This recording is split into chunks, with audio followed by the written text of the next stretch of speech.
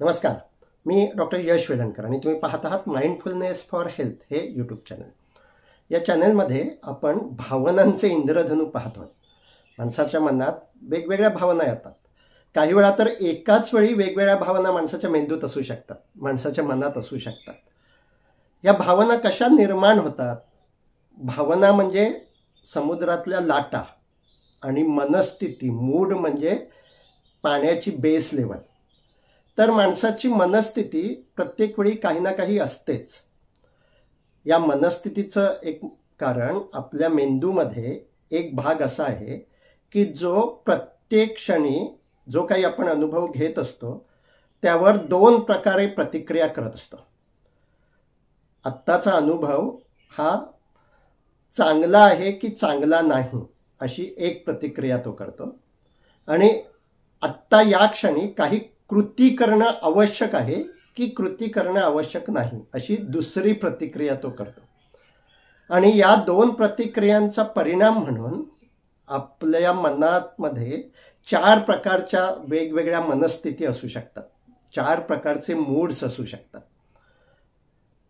आपण पाहिलं की आत्ताचा अनुभव जर चांगला आहे आणि आत्ता काहीतरी करायला हवं असं ज्यावेळी आपल्याला वाटत असतं त्यावेळी आपल्या मनात उत्साह असतो, आपल्या शरीरात एक एनर्जी, ऊर्जा असते, काहीतरी करण्याची इच्छा आपल्या मनामध्ये होते.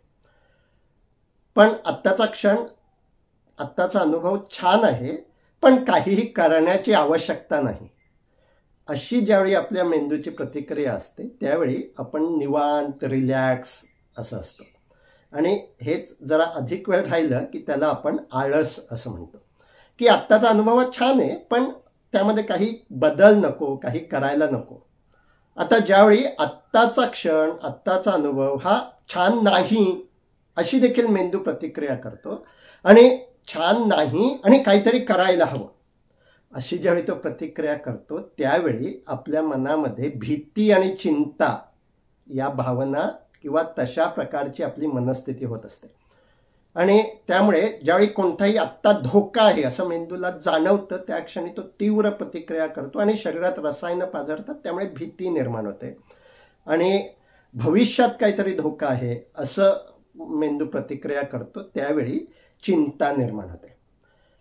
आता आत्ताचा अनुभव सुखद नाही पण काही करता येण्यासारखं नाही अशी देखील मेंदू प्रतिक्रिया करतो, आणि त्यावेळी मनात जी भावना असते त्याला उदासीनता, औदासीन्य असं म्हणतात.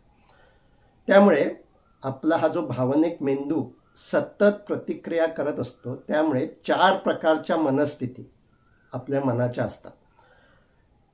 एक म्हणजे छान वाटत असतं, उत्साह असतो.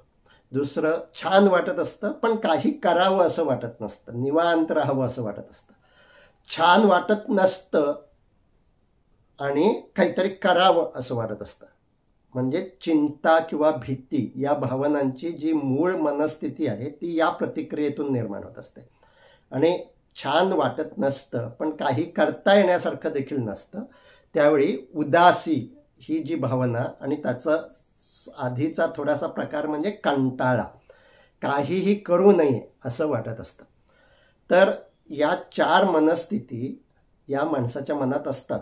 आपण मनस्थितीकडे लक्ष देऊन आत्ता या क्षणी छान वाटतंय की छान वाटत नाही असं जे स्वतःला विचारतो त्यामुळे भावनिक मेंदू ही जी प्रतिक्रिया करत असतो ती आपल्याला समजू लागते. अन्यथा आपण सतत आपल्या कामांमध्ये, विचारांमध्ये बुडून राहिलो तर भावनिक मेंदूची ही प्रतिक्रियाच आपल्याला समजत नाही, आणि ती प्रतिक्रिया करण्याची सवय मात्र त्याची वाढत जाते आणि मग भावनिक त्रास होऊ लागतात. त्यामुळे प्रत्येक माणसानं दिवसातून काही वेळ तरी आत्ता मला कसं वाटतंय, माझी मनस्थिती कशी आहे याकडे लक्ष द्यायला हवं आणि त्याला नंबर द्यायला हवा. आता ज्यावेळी छान वाटतं आहे आणि काहीतरी करावं असं वाटतं त्यावेळी आपली मनस्थिती आणि त्यानंतर ज्यावेळी आपण काही कृती करत असतो त्यावेळी असणारी भावना म्हणजे उत्साह. हा उत्साह आनंददायी असतो कारण आत्ताचा अनुभव छान आहे अशी प्रतिक्रिया मेंदूनं केलेली असते, आणि त्यामुळे उत्साह असेल तरच माणूस काही ना काही करत राहतो, तो बोलतो, कृती करतो, प्रवासाला जातो. हे सारं करण्यामध्ये उत्साह ही भावना खूप महत्त्वाची असते. उत्साहाच्या भरात तो भविष्याचं नियोजन देखील करतो, त्यानुसार कृती करण्यासाठी देखील पुन्हा उत्साह, ऊर्जा ही आवश्यक असते. त्यामुळे उत्साह ही चांगली भावना आहे. ती मेंदूची प्रतिक्रिया म्हणून निर्माण होते. तसा विचार आपण जेवढा अधिक करत राहू तेवढा आपल्या मनात उत्साह हा अधिक काळ टिकून राहू शकतो. त्यामुळे चिंतेची प्रतिक्रिया निर्माण झाली तर आवश्यक तेवढाच विचार करायचा, सतत चिंतेचा विचार करत राहायचं नाही. तसंच उत्साहाची प्रतिक्रिया निर्माण झाली तर अधिक वेळ तोच विचार करत राहणं हे योग्य आहे. त्यामुळे आपल्या मनात अधिक काळ उत्साह राहू शकतो. मात्र उत्साह देखील हा नेहमीच निरोगी भावना असते असं नाही. काही वेळा हा जो उत्साह असतो तो सुद्धा विकृत असू शकतो. बायपोलर डिसऑर्डर नावाचा जो एक मानसिक आजार आहे त्यामध्ये असा त्रास असेल तर त्या माणसांच्या मनात उत्साह हा विकृतीच्या पातळीवर असतो आणि त्यामुळे त्यांना वास्तवाचं भान राहत नाही. उत्साहाच्या भरात ते अशा काही अचाट कृती करतात, निर्णय घेतात की त्याचा त्यांना नंतर त्रास होतो, त्यांच्या कुटुंबियांना त्याचा त्रास होतो. म्हणजेच उत्साहाच्या भरात ते खूप मोठं काहीतरी नियोजन करतात आणि ते वास्तवाला धरून नसतं, परंतु त्या भरात ते खूप खर्च करतात, खूप मोठी कर्ज घेतात आणि त्यामुळे उत्साहाला वास्तवाचं भान आहे का हे देखील आपण तपासत राहायला हवं. अन्यथा बायपोलर डिसीज ज्यांना असतो आणि ज्यावेळी ते या मॅनिक फेजमध्ये असतात, म्हणजे उत्साहाच्या लाटा त्यांच्या शरीरात मनात निर्माण होत असतात, त्यावेळी त्यांना खूप ऊर्जा वाटत असते. झोप घेण्याची देखील आवश्यकता नसते, सतत काहीतरी काम करावं, फिरावं असं त्यांना वाटत असतं. अशावेळी माणसं अधिक बोलत असतात आणि हे सगळं विकृत उत्साहामुळे होत असतं. याचं जर भान राहिलं नाही तर मग या आजारामुळे देखील अनेक समस्या निर्माण होत असतात. विकृतीच्या पातळीवर जाणारा उत्साह सोडला तर उत्साह ही भावना ही आनंददायी आहे आणि या उत्साहामध्ये आशा ही देखील एक भावनेची छटा आहे. ही आशा प्रतिक्रिया म्हणून निर्माण होत नाही, मुद्दाम विचार करून आशा निर्माण करावी लागते. आशा म्हणजे आजच्यापेक्षा भविष्य हे अधिक चांगलं असेल, आजच्या समस्या दूर झालेल्या असतील, भविष्यात जे काही आपण अपेक्षित करत आहोत ते मिळत असेल, अशा प्रकारचे विचार ज्यावेळी मनात येतात किंवा माणूस मुद्दामून ते विचार करतो त्यावेळी त्याच्या मनातील भावना आशा ही असते. आणि आशा ज्यावेळी नसते म्हणजेच निराशा किंवा होपलेसनेस हे पुन्हा औदासिन्याचं लक्षण आहे.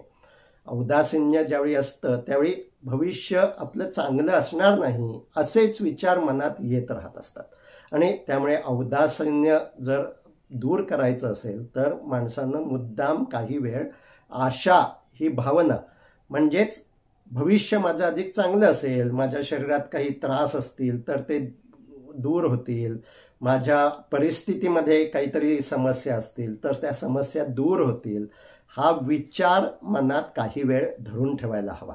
मात्र केवळ सतत आशादायी विचार करणं हे देखील योग्य नाही. कारण काही वेळा आशा म्हणजे विशफुल थिंकिंग हे चुकीचंही देखील असू शकतं.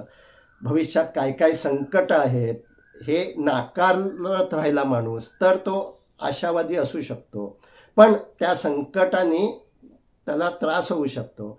आणि म्हणून आशा असायला हवी, पण त्याचबरोबर वास्तवाचं भान, काय काय समस्या भविष्यात निर्माण होऊ शकतात याचं भान देखील माणसानं ठेवायला हवं. आणि त्याचसाठी आपल्या मनात आपोआप कोणते विचार येत आहेत आणि जो विचार येतोय तो उपयोगी आहे की निरुपयोगी आहे याच एका निकषावर आपण येणाऱ्या विचाराला महत्त्व द्यायचं की नाही हे ठरवायचं.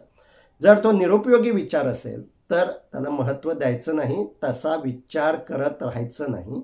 मात्र जर उपयोगी विचार असेल, जसा उत्साह वाढवणारा विचार, काही कृतीला प्रेरणा देणारा विचार, तो विचार आला तर तो मात्र पकडून ठेवायचा आणि तसाच विचार काही वेळ करत राहायचा. असं जर आपण केलं तर आपल्या मनात उत्साह हा अधिक काळ राहू शकतो आणि कोणतीही कृती होण्यासाठी आपल्या हातून जर काही घडणं आवश्यक असेल तर हा उत्साह हा खूप आवश्यक आहे.